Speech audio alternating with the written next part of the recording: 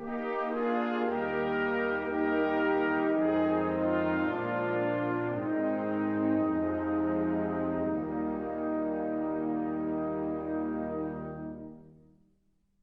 we wanted to take the opportunity to thank the folks from Namfong that contributed pretty heavily to our mission.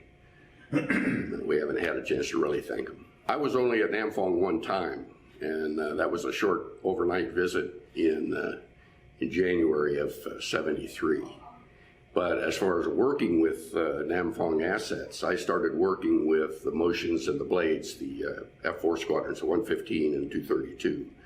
I started working with them in August of '72 and worked with them through the end of the war, all the way through the ceasefire. I'm sure I worked them the day of the ceasefire, probably.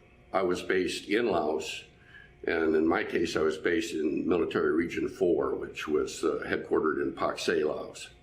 And we operated the southern provinces of Military Region 4. We also took over, once we closed down our operation at Savannakhet, which was Military Region 3, if something happened up there, we would go up there and handle that as well. But there was very little activity in Savannakhet at that time, so they closed that operation and actually sent us down to Pak Se. So we operated out of Pak Se. We operated from there all the way over to the trail. And Saravan was a primary area of interest while the time I was there, because we had a aerial assault into Saravan that we covered, as well as went into the Central Boldovans Plateau. And those were both hot areas of interest for us. The mission, surprisingly, most of the Ravens that went over there, we all felt that our mission was to support the Laotians in protecting their sovereignty from the North Vietnamese. It's a romantic way to look at it for most people who fight in that war, and I think we all felt that way. Now, in Military Region 2, that was correct. Military Region 2 was not on the trail structure. The only trail structure there was to Military Region 2 from Hanoi that led towards Vientiane. They were going to try to push across the Plain de Jars and down into Vientiane and take the country. You have to remember that Laos was a tripartite government. You had the neutralists, the royalists, and the communists. The communists were up at Sam Nua, up northeast of the PDJ. The royalist government was centered at Lima 54, Luang Prabang, which we had Ravens there. And then the neutralist government was the existing government of Vientiane, Lima 08. And we were part of that part of the government. And we were trying to defend, in MR2, we were trying to defend the Hmong, help them defend themselves on the PDJ, and provide a defensive blocking force between the North Vietnamese and Vientiane, the capital. That was not true down in MR4. In MR4, we were a separate kind of mission, and we didn't really realize it for a while. But I had a guy by the name of Ken Ferguson, he was the station chief down there, the CIA station chief, asked me one time after one of the staff meetings, he said, "Lew," said, "what are we doing here?" Bright young lieutenant, I came up and said, "Well, sir, we're helping the Laotians defend their sovereignty against the communist pinko, North Vietnamese." And he said, "Yes," but he said, "we're doing more than that." He said, "We're here to tie up as many North Vietnamese assets as we can and to interdict their supply as much as we can to assist the South Vietnamese in defending their country." And basically what we did, there were 4 passes that entered into the trail structure. Bartholomew, the northern one, is the one that emptied into the Plain of Jars. And that one didn't have any tie-in to the southeast, down to Vietnam and Cambodia, really. But the next passes did. And as you came down, you had Ban Napay, and then Mugia Pass, and then Ban Karai Pass. And those all emptied onto the trail and traveled south into Vietnam and Cambodia. That's where the entire Easter Offensive came from, was from that route structure. So once the Easter Offensive started, MR4 in Laos became a key point and a key battle. And that's why they sent Ken Ferguson down there, and he got so aggressive as to put 3 1,000-man units in the field by aerosol. They called it Black Lion. It was Black Lion 4 or 5 by that time. We'd had several Black Lion operations in southern Laos over the course of the war. But this was the final one, and it was the one that was to slow down the North Vietnamese. And we tied up, according to Mr. Ferguson, we tied up 6 divisions of NVA troops in Laos to protect their root structure and to maintain it from our attacks that would have been in Vietnam. As it was, they ran out of people at An Loc. We decimated 3 divisions at An Loc, and they couldn't get any more people. And that's because they were tied up trying to maintain a root structure. You have to understand, the reason we visited Nam Phuong to begin with was because of the respect we had for your aviators. And the Marine F-4s, the motion and the blade call sign with the Raven Fact, that was your premier fast mover support. They were of that quality. And we all wanted to go see these guys and meet these guys and talk to them. And we were a little restricted in where we could go and that kind of stuff and try to maintain a low profile. But in around November, I think a group of Ravens from the PDJ, it would have been Raven 2 series, call signs, went to Nam Phuong for a party. They went for a drunk. And they showed up and had a really wild time with the Marine F-4s and stuff. And we all, the rest of us all heard about it. We couldn't go from MR4 because we were too busy at the time. We had a 3 front offensive going on. We were flying 7.5 to 10.5 hours a day. But we couldn't go then, but I said, we're gonna do that before we leave. And in December, around the middle of December in '72, I got a phone call from a colonel. I was home having lunch between my 2nd and my 3rd sortie of the day. And I got a phone call from a colonel at 713th Air Force, who I did not work for. And he thought I did, apparently. He called up and he asked to talk to our AOC, which is he was a senior advisor to the Lao Air Force there. Was a lieutenant colonel that was stationed there. I didn't work for him either, but we lived together in the same hooch and stuff. And Gene Eiley was the guy's name, and the colonel called up and asked to speak to Mr. Eiley. All of our ranks were classified over there, so it was all Mr. And asked to talk to Mr. Eiley, and I said, well, he's off station right now. I said, can I help you? And the colonel said, well, who is this? And I said, this is Mr. Hatch. And he goes, oh, you're the guy I need to talk to anyway. He says, it's come to our attention that you're going to exceed 330 hours for the quarter. Now, the Air Force regulations said you could fly 125 a month and a maximum of 330 per quarter. The 125 a month was waiverable. 330 hours for the quarter was not waiverable of total flying time. And I'd already flown over 540 hours for the quarter by mid-December.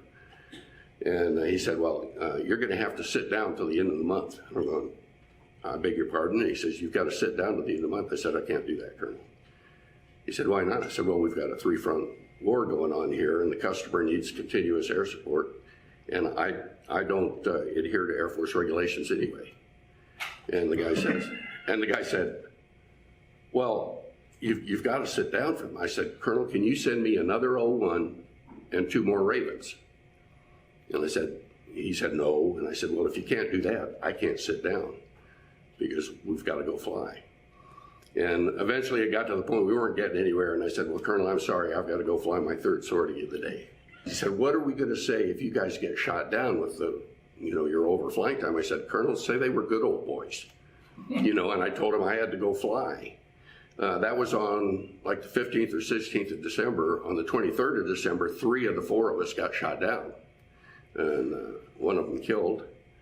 And the guy who came in to replace the senior Raven at my location looked at me and said, Lew, you've got to sit down. And I said, I can't until the 1st of the month. I said, we've got to get a new Raven in here before I can do anything because we don't have enough people. So he said, okay, here's the deal. You've got to sit down for a week, take a week off, because I hadn't taken any time off since August. He said, take a week off in January. we'll have a new guy in by that. You'll check him out before you leave. So on the 3rd, I checked the guy out, and then I left. I went to Vientiane, spent about 3 days there bar hopping and, with the Ravens up there. And then I went across to Udorn. And at Udorn, I was dragging with me, I had an A3 bag, a big parachute bag that was full of AK-47s, SKSs, bayonets, pith helmets, all kinds of war trophies from a TIC, or a tactical emergency, that I worked with a Marine F4. And the group on the ground, the F4s literally saved their life that night, and gathered up all these war trophies and put them in a bag for me, they and two of the CIA officers. And then they took a collection. They got this big wad of money, big wad of bills, all different, Cambodian, Laotian, Thai, US. And we always, when we did something like this, we wanted to throw a little bit of North Vietnamese currency in there. And so I had this big wad of bills. It was probably a couple of $100. And they sent me with that, and they said, go buy these guys around and tell them thanks for saving our lives. And so I came over. I went down to Udorn, and I went across the ramp, and I said, well, I've got to get to Nam Phuong. And there's a Marine CH-46 out there. I said, well, couldn't be for anywhere else. And I walked over there and said, I need to get to Nam Phuong. And the guy says, all right, who are you? And I had a set of blanket travel orders. And I showed it to the guy, to process me on the airplane. He said, sure, go ahead and get on the airplane. We'll be leaving shortly. And I went up, and everybody's looking at this guy with long hair and sideburns and a mustache and a camera around his neck and an overnight bag and an A3 bag, and saying, who is this guy? And they all decided I was either a reporter or a spook, but in either case, nobody wanted to talk to me. So I flew all alone down to Nam Phuong, sitting alone on the airplane. I got off at the airplane there. There was only about 3 buildings on the base, I think. There was a maintenance hangar or 2, and there was a base ops building near the parking ramp there. And I kind of trundled over there hauling this, I don't know how much that bag weighed, but it's full of rifles and stuff. And I'm hauling across to the ramp. And I said, do you guys have a shuttle bus or anything that, travels around the base? The guy said, no. I said, can you tell me where the pilots of the Motions and the Blades, 115 and 232, live? And the guy says, yeah, it's down that road. Just take that road and go down that way. I swear I walked a mile dragging this stuff. Nobody passed. I mean, the road was empty, and this was just about sundown on Friday night. And we're trundling down the road. And I'm trying to find the Motions and the Blades. There's a long story to this. I go thundering through the jungle and, retrace my steps and everything else. But I finally happen on some F4 drivers that say, yeah, we're going up to the bar. Come on, throw your stuff in the Jeep. And they took me up there. So I walk in with this bag they kept my overnight bag there, said, you'll stay in this tent tonight with us, And I went up and I threw this A3 bag in there, and I walked over to the bell and I rang the bell. Everybody's yelling at that's free drinks, and they said, who are you and what are you doing here? I said, well, my name's Lew Hatch, I'm a Raven, and I came over to thank you guys for your support. And they said, Raven, and they wouldn't let me buy around. They kept pouring drinks on me all night, and after the Scotch front ran through, I was probably 3 sheets to the wind, and they still wouldn't let me buy around. So we were partying, and I had heard from the previous visit there that they had one of the squadron skippers that used to go get in his Jeep and run into the side of the club. And I don't know who it was, but I heard the story, and of course I wanted to see that, so I had that story. So we're sitting there, and they said, we've got to introduce you to somebody, and they took me down to the end of the bar, and there was a general officer down there. I remember him as being 1-star, but like I say, the whiskey front had rolled through by this time. And I'm not sure how good my memory is. It seems like he was kind of a shorter guy, built like a fire plug and a cigar. I think, yeah. But I walked down there and he was talking, who are you? And we were telling stories, and I told him, I brought this A3 bag up. It's all these are war souvenirs. Then I told him the story of the flight that I had worked that night, and what a special sortie that was, and that I said, General, they're not going to let me buy tonight. I said, I can't go back and tell the Laotians and the CIA guys that you wouldn't let me buy them a drink. He said, I said, they sent me here to buy these guys a drink and stuff. Can I buy one time? being the barracks lawyer that I am. And the general said, well, yes, you can buy one time. So I ran over and I rang the bell, and they're going, no, no. And I said, yeah, the general said I could buy one time. So I reach in, I grab this big wad of bills, and I throw it on the bar and said, drink till it's gone. And they said their bar was only open on Friday and Saturday nights. They said they drank on it for about 3 weeks before they were done. When I was getting ready to give a briefing at the Air Force Academy here about 2 years ago, I started going through all of my old stuff, and I found a couple of things that were characteristic of the Ravens. These are, and you'll probably recognize these. Anybody who's been in government service, civilian or military, has seen them. These little green memo pads. They're GSA stock number, and every service can get them. I know I'd seen them in almost every command I'd been in. And so I used to get these at the embassy. They used to give them to me, and I used them as a flight record. And I'll show a slide of me at Saravan, and in my shirt pocket you'll see this book, because that's what we carried to note our missions in, so that we could carry it into intel and give them the intel debrief. And I happened across one of those that had that sortie on it.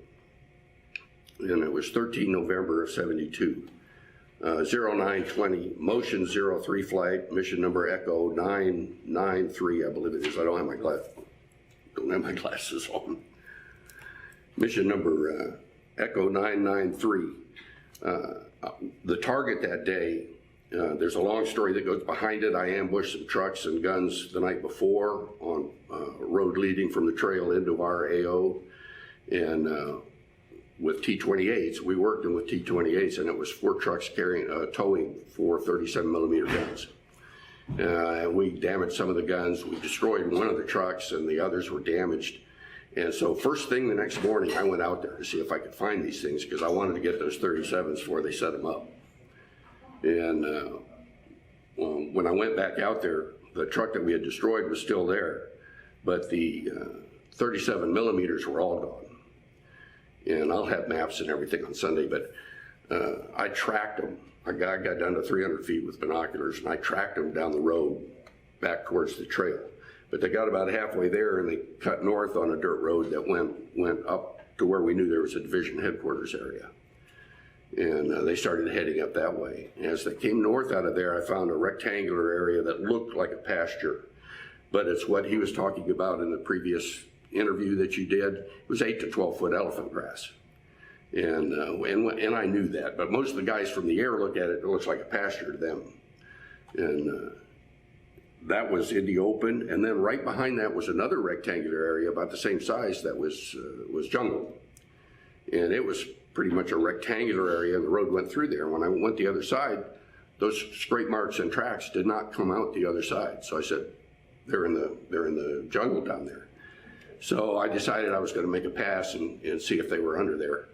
I got down below the treetops and ran across the line, ran east-west. I ran across the north-east-west line there and looked back under the trees, and sure enough, there's trucks, guns, structures back in there. It's either a truck park, transshipment area, or a headquarters.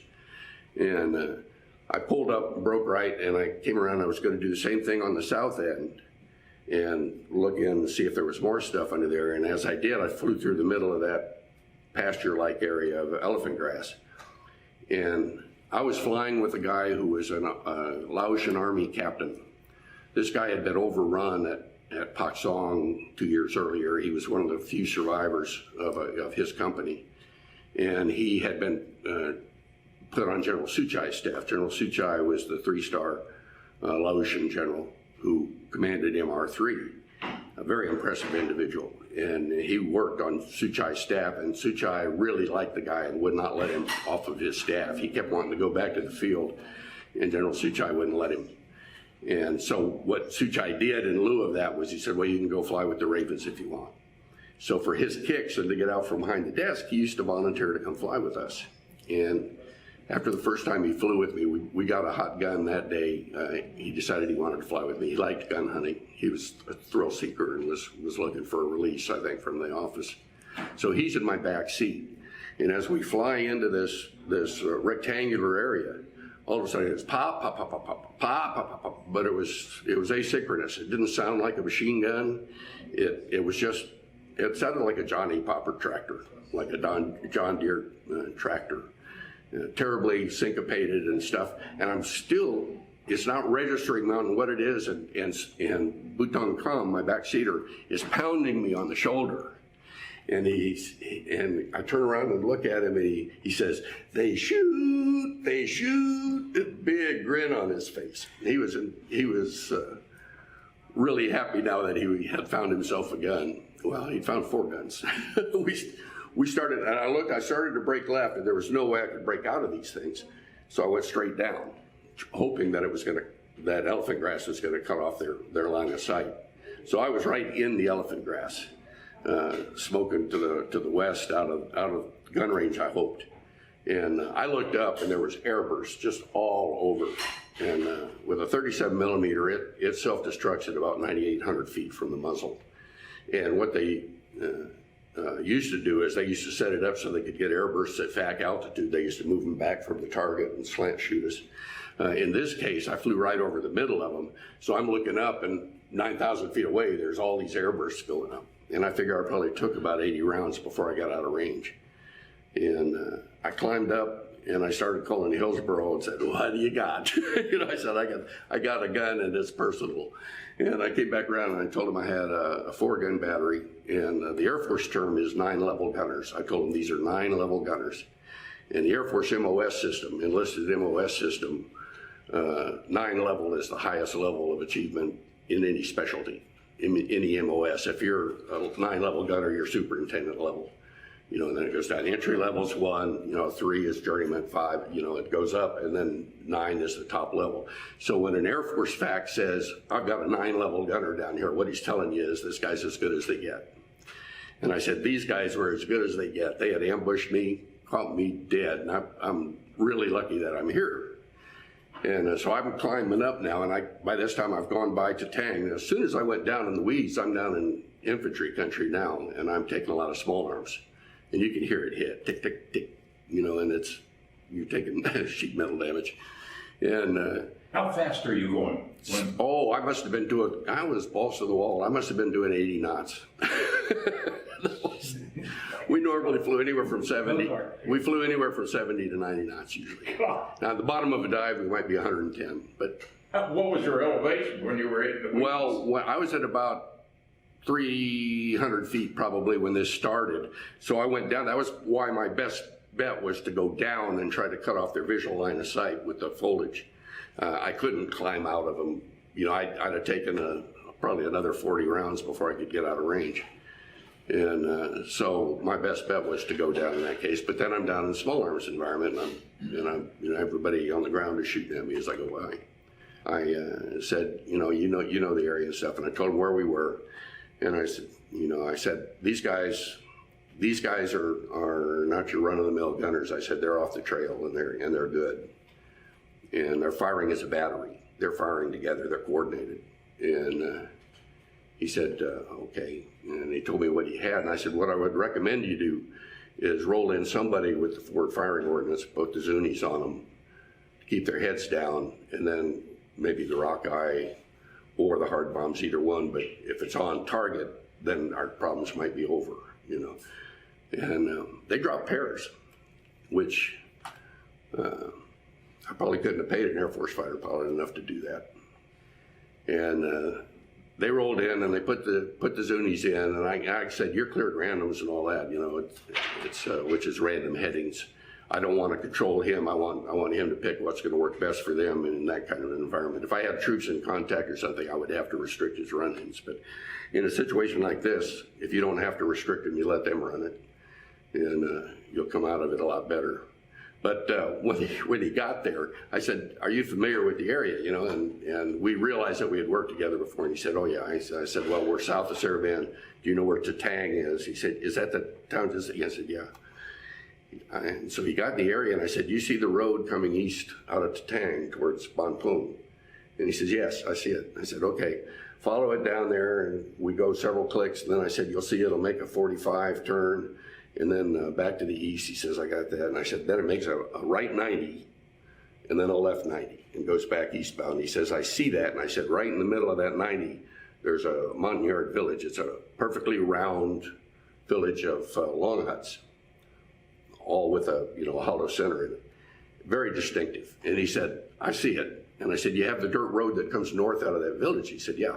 I said, well, as it comes north, you'll see a green pasture there. He says, I got that. I said, with the jungle right behind it. He says, okay, I can see that. I said, you're cleared on that green pasture. I said, all 4 guns are in there. And he said, we're gonna need a marked fact. I said, you just want to get me shot at, don't you? He said, oh, we're gonna have to have a mark. So I said, okay. I said, keep your eye on that green pasture, because as soon as I roll in, these guys are gonna open up on me. And I said, be advised, I took about 80 rounds before I could get out of range before he quit shooting.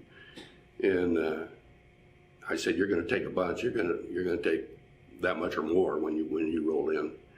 And so I said, you know, keep that field in sight. I'll roll in, I'll put a smoke in it. But I said, keep your eye on it, because when I rolled in, they're gonna be shooting. And they weren't shooting tracers, but you could see the big blue clouds of smoke out there. And so I pulled up and I started to roll in. And as soon as I started moving my nose towards the target, they opened up.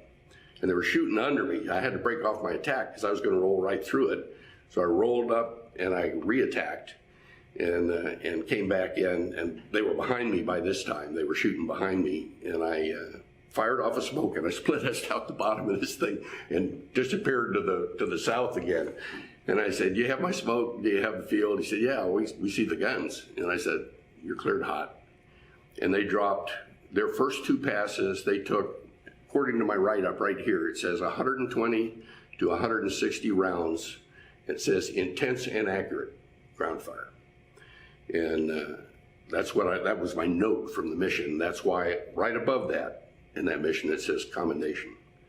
And that's why I wrote a commendation for that mission and sent it to, I thought, to the squadron. I had to send it through the embassy, and Mal hasn't been able to find it in any of their chronicles or records, so my guess is it got short-stopped at the embassy. Lew, we can't thank you enough. This has just been great. Enjoyed talking to you. We recounted everything that we talked about in the past. And we'll possibly need to get back with you before you leave for a little bit. Okay.